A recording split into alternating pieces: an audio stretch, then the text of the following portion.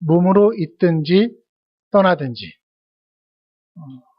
우리에게 익숙한 단어로 하자면은 생명 아니면 죽음입니다. 영어 제목을 보니까 뭐라고 되어 있냐면은 저기는 성경 구절을 갖다가 써놨는데 원래 잡았던 영어 제목은 Death and Dying in God 이었어요. 어떠세요, 여러분? 죽음, 죽어가는 이라고 하는 단어를 들으니까 기분이 썩 유쾌하지는 않으신가요? 매 주일 전에 토요일쯤 되면은 저희 딸이 와서 묻습니다. 아빠, 내일 할 설교는 무슨 내용이에요? 예.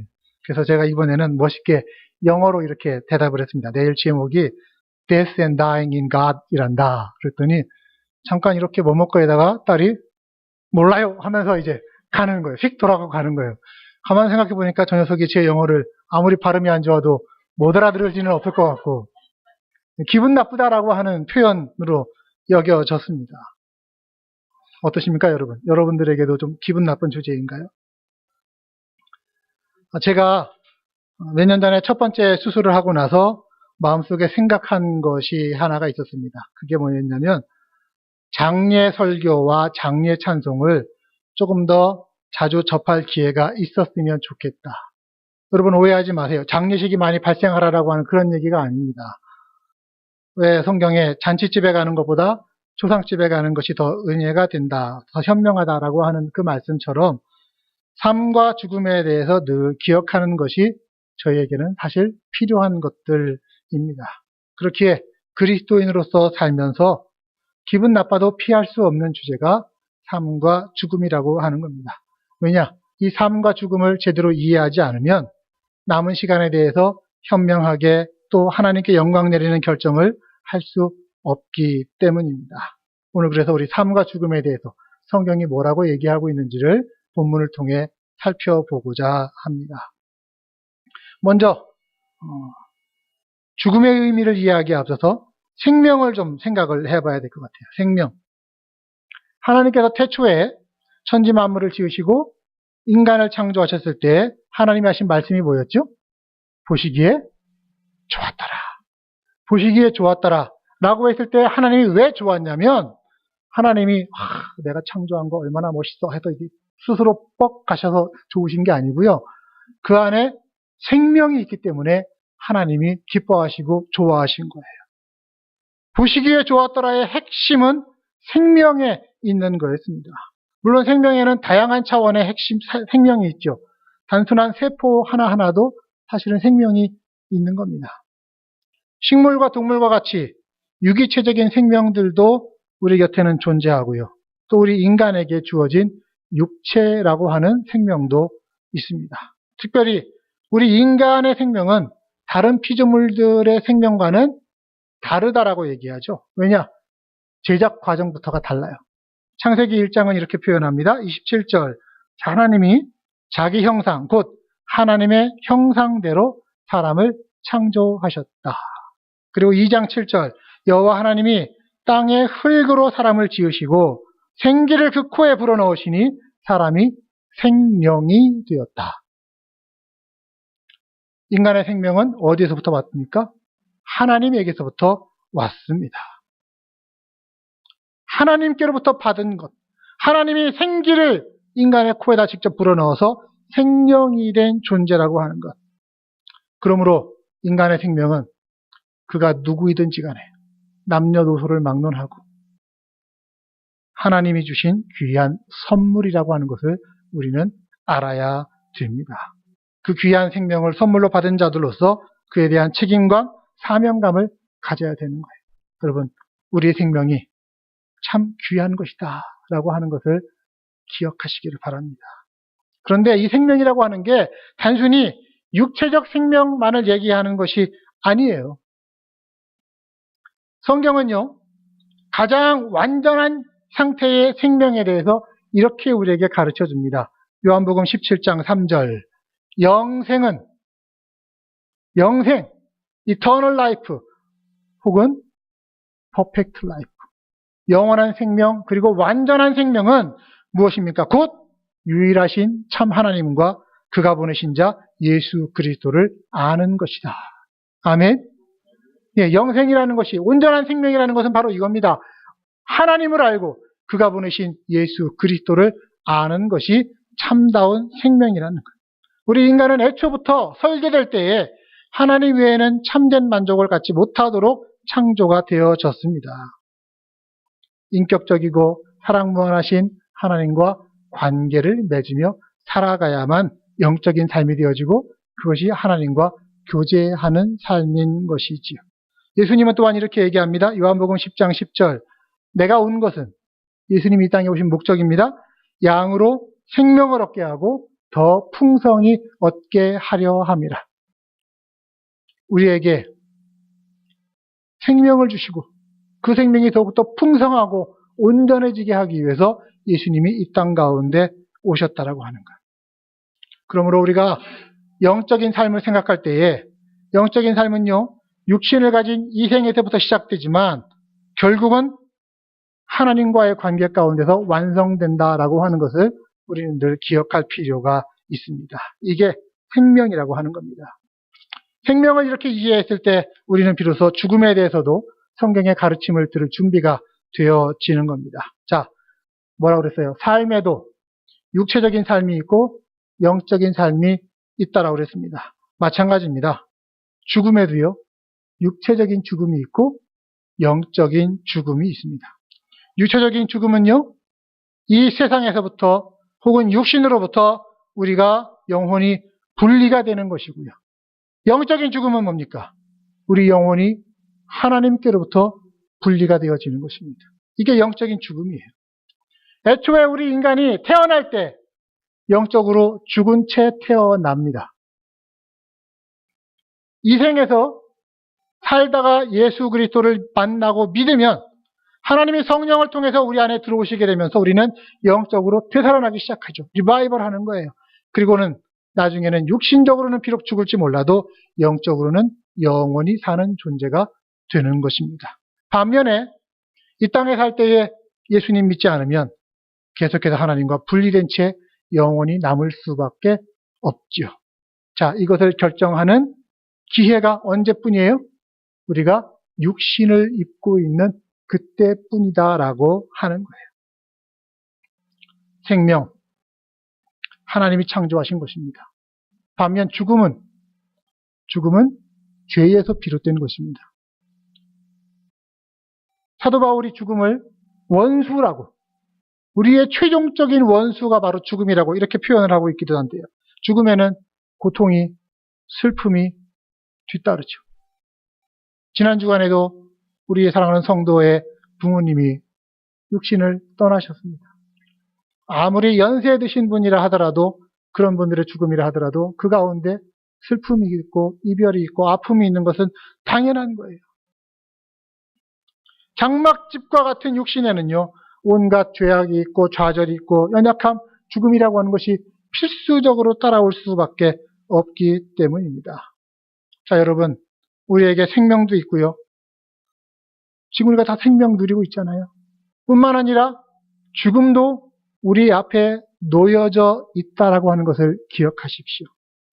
더구나 죽음을 비롯한 원수 같은 존재들이 우리의 육신의 장막을 향해서 계속해서 도전해 오고 있습니다.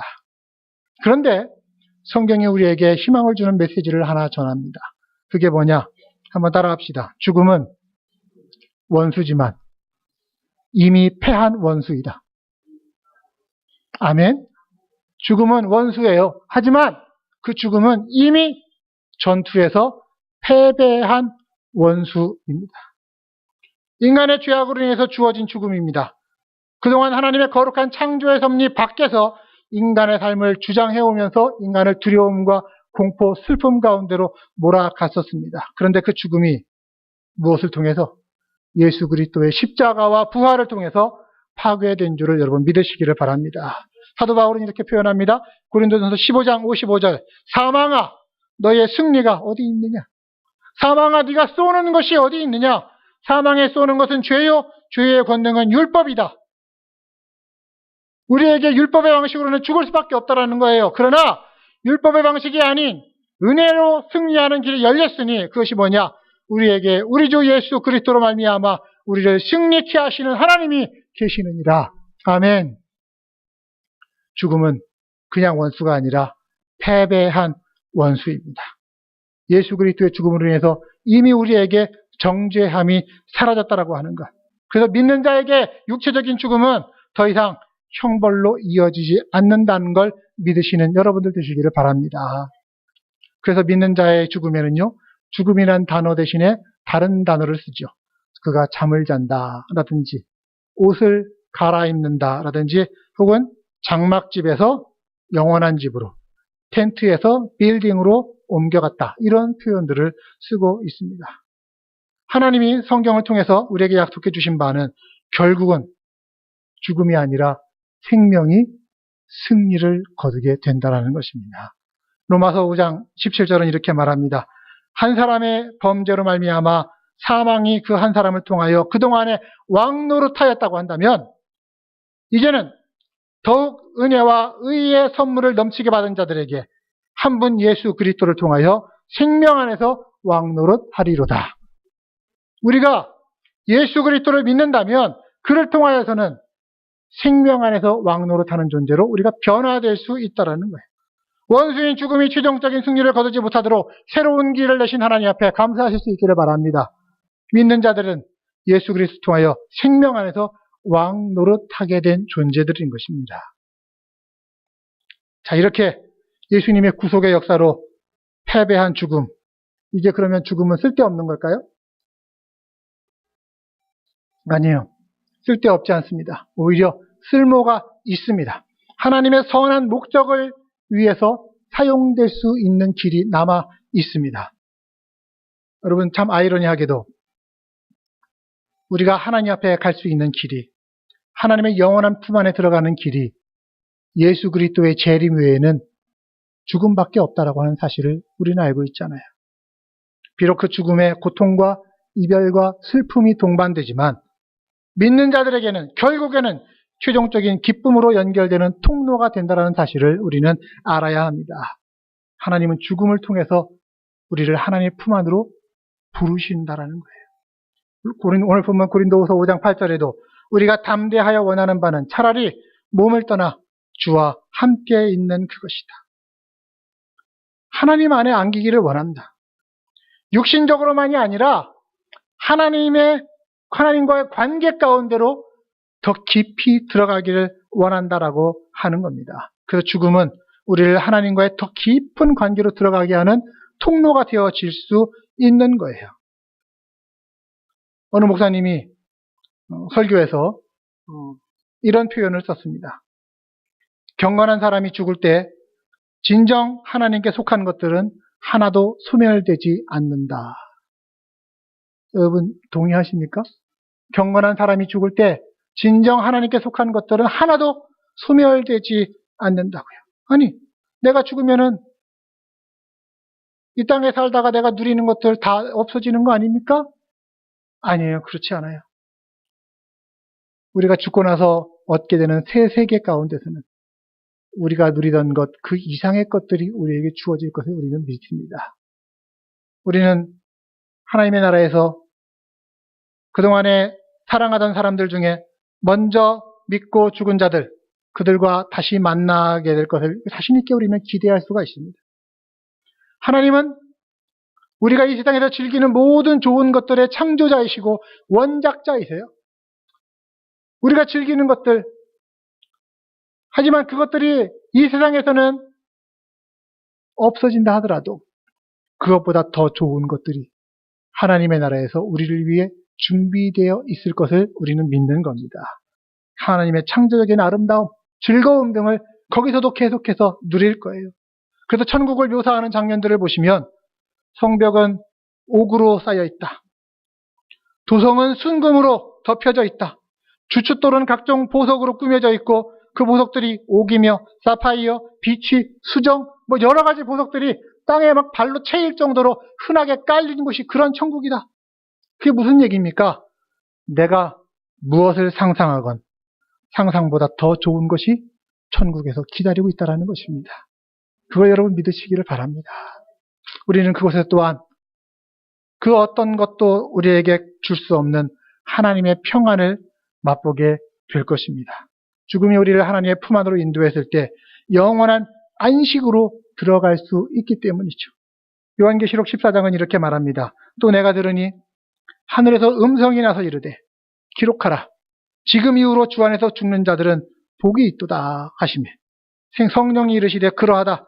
그들이 수고를 그치고 쉬리니 이는 그들의 행한 일이 따름이라.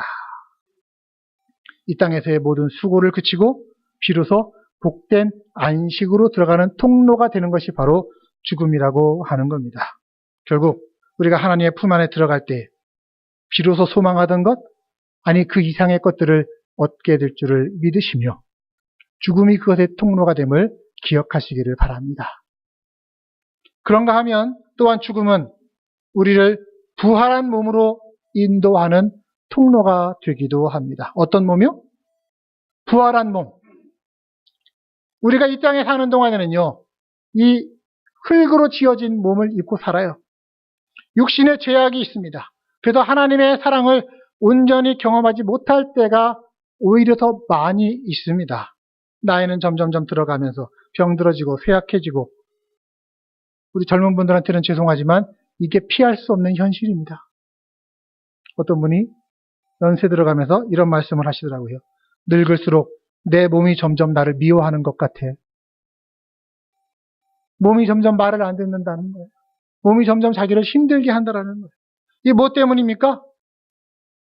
타락이 우리의 육체에 미친 영향 때문에 그러는 겁니다. 누가 타락했죠? 우리의 첫 번째 아버지가 되는 아담이 죄로 인해서 타락한 뒤에 그의 육체가 변했습니다. 그리고 그가 입었던 육체와 비슷한 육체 안에 오늘 우리는 살아가고 있습니다. 하지만 예수 그리스도를 믿는 우리는 죽음을 통해 얻게 되는 새로운 몸을 기대할 수 있는 거예요. 예수 그리스도의 형상을 따른 몸이라고 하는 것입니다. 육신적으로 죽는다 하더라도 하나님 앞에 서게 될 때에 그냥 벌거벗은 자들로 나타나는 것이 아니라 새로운 옷을 입고 나타나게 되는 것입니다. 어떤 것입니까? 고린도전서 15장 49절. 우리가 지금은 흙에 속한 자의 형상을 입은 것 같이 또한 그날에는 하늘에 속한 이의 형상을 입으리라. 하늘에 속한 이의 형상, 새로운 육체를 얘기합니다. 그 육체는 비록 육신의 특성도 일부 갖고 있지만 그보다는 부활하신 예수님의 몸과 훨씬 더 비슷할 것이다 라고 우리는 추측할 수 있어요. 부활하신 예수님이 여러분 어떠셨죠? 제자들이 눈으로 볼 수 있었습니다. 손으로 만질 수도 있었습니다. 함께 음식을 나누었습니다. 우리하고 비슷한 육신인 것 같습니다. 하지만 다른 점도 있었어요. 사방으로 방문이 다 잠겨 있었는데 갑자기 예수님이 어디선가 호련히 나타나실 수도 있는 그런 육체였습니다. 알 수 없는 방법으로 예루살렘에서 갈릴리로 순간적으로 이동해 가시기도 하셨습니다. 결국에는 맨 마지막 모습은 뭐였습니까? 많은 사람이 보는 앞에서 하늘로 이끌려 올라가셨습니다. 이걸 가리켜서 부활체라고 얘기합니다. 부활의 몸, 믿는 우리가 죽음을 통해서 부활하고 입게 될 영광의 몸이 바로 부활체인 줄을 저는 믿습니다.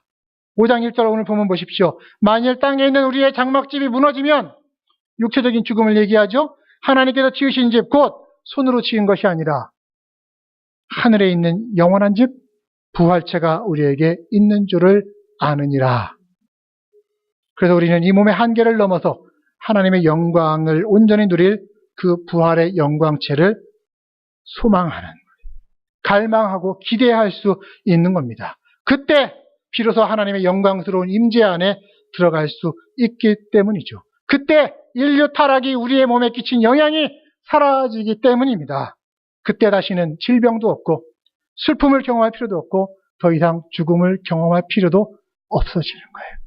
요한계시록은 그것을 우리에게 이렇게 얘기합니다. 21장 3절 4절. 보라, 하나님의 장막이 사람들과 함께 있음에 하나님이 그들과 함께 있으시니 그들은 하나님의 백성이 되고 하나님이 친히 그들과 함께 계셔서 모든 눈물을 그 눈에서 닦아주실 것이다. 다시는 사망이 없고 애통하는 것이나 곡하는 것이나 아픈 것이 다시 있지 아니하리니 처음 것들이 다 지나갔음이러라. 아멘. 여러분, 죽음을 통해 우리가 새롭게 있게 될 그 놀라운 몸을 상상해 보십시오. 저희 교회 성도님 가운데 어떤 분은 그런 말씀하시더라고요. 내가 죽게 될 그날에 하나님 나라의 우주선을 탁 타고서 이 대기권 밖을 쫙 벗어나는 그 순간을 나는 꿈꾸고 있습니다.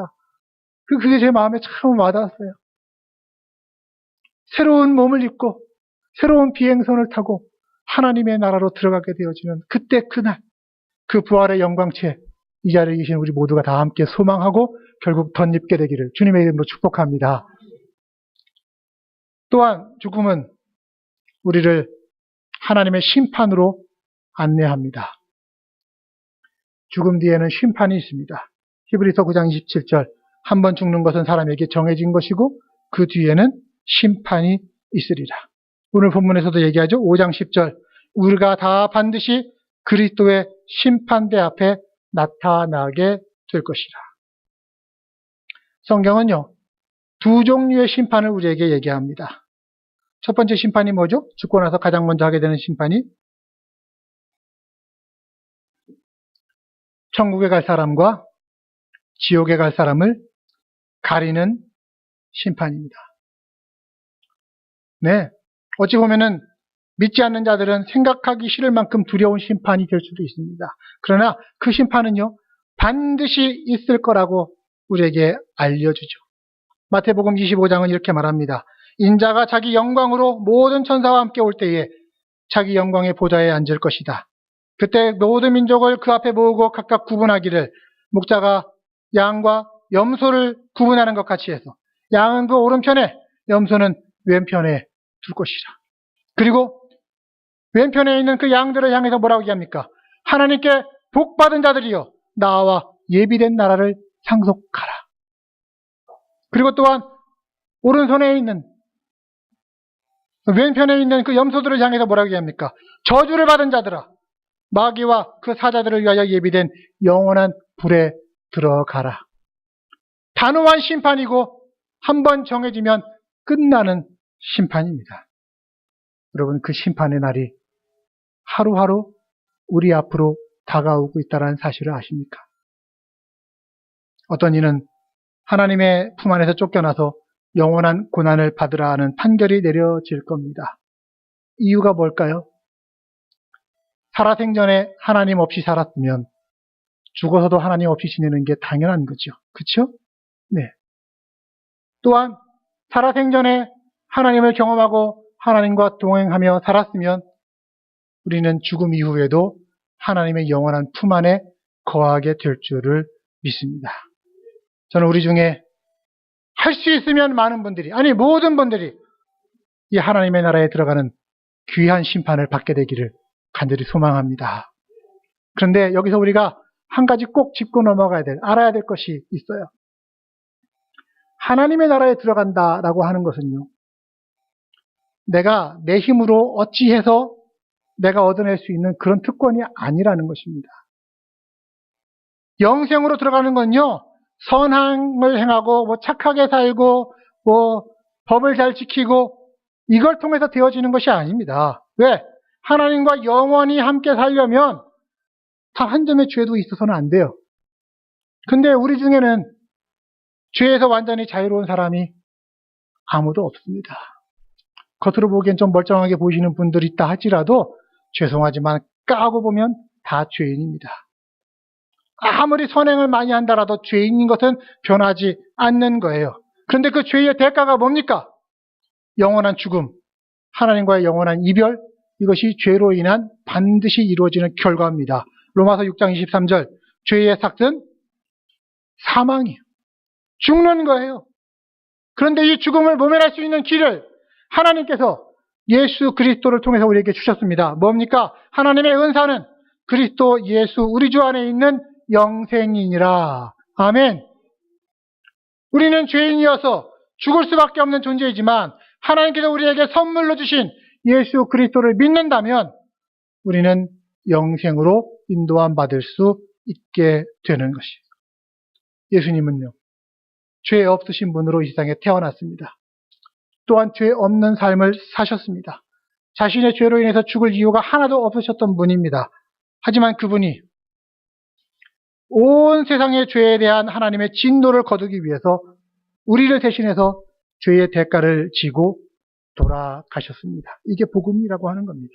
고린도후서 5장 21절 하나님이 죄를 알지도 못하신 이를 우리를 대신하여 죄로 삼으신 것은 우리로 하여금 하나님 그 안에서 하나님의 의가 되게 하려 하십니다. 죄 없으신 예수님이 대신 죄인의 표를 쓰고 죽으신 이유는 우리가 하나님 안에서 의인으로 영접받게 하기 위함이라는 것입니다. 자, 여러분, 중요합니다. 우리가 먼저 예수님의 십자가 사건을 나를 위한 것으로 받아들이기 전까지는요, 하나님도 예수님의 죽음을 나의 죄에 대한 대신 죽음으로 받아들이시지를 않는다라는 것입니다. 우리 모두가 스스로 죄인됨을 인정하고 죄를 회개하고 나는 그 대속의 은혜를 받을 만한 자격도 없고 스스로 얻을 만한 능력도 없습니다. 이렇게 고백하며 예수님의 죽으심으로 나의 죄값을 치르셨다는 사실을 믿고 하나님 앞에 용서를 구할 때 그때 하나님은 예수 그리스도의 죽음을 나의 죄에 대해 대신 죽으신 것으로 받아들이시고 우리를 하나님의 임재 안으로 불러주시는 것입니다. 이게 복음의 핵심이에요. 이걸 가능하게 하는 것 나의 선함, 행함이 아니라 오직 하나님의 은혜일 뿐입니다. 이것이 주께서 우리에게 주신 생명의 기름을 믿으시기를 바랍니다. 시편 16편 11절 주께서 생명의 길을 내게 보이시리니 주의 앞에는 충만한 기쁨이 있고 주의 오른쪽에는 영원한 즐거움이 있나이다. 아멘.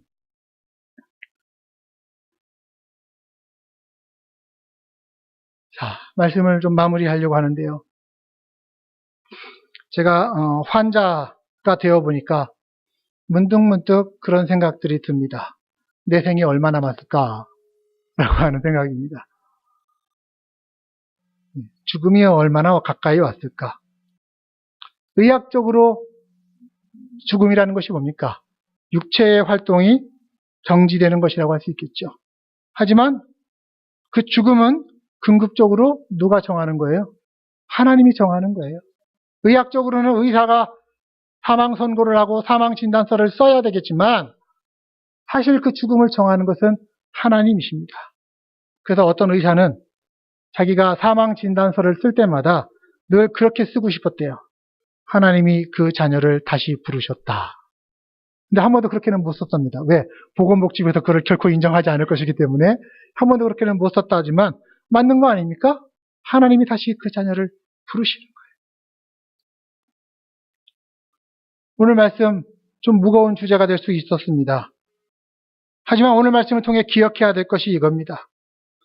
하나님이 우리에게 주신 생명이 현재 우리에게 있습니다. 이 생명은 참 귀하고 소중한 것이에요. 우리는 우리에게 주어진 생명을 보존하기 위해 오늘도 노력하고 애쓰고 죽음과 싸워야 할 것입니다. 또 하나는 우리가 천국에서 하나님의 품에 안기기 전까지는 온전한 영적 삶을 경험할 수 없다라는 것을 인정하면서 내 인생이라는 것이 결국 죽음을 통해서 완성되는 것이구나. 이것을 또한 우리는 인정하고 받아들일 수 있어야 합니다.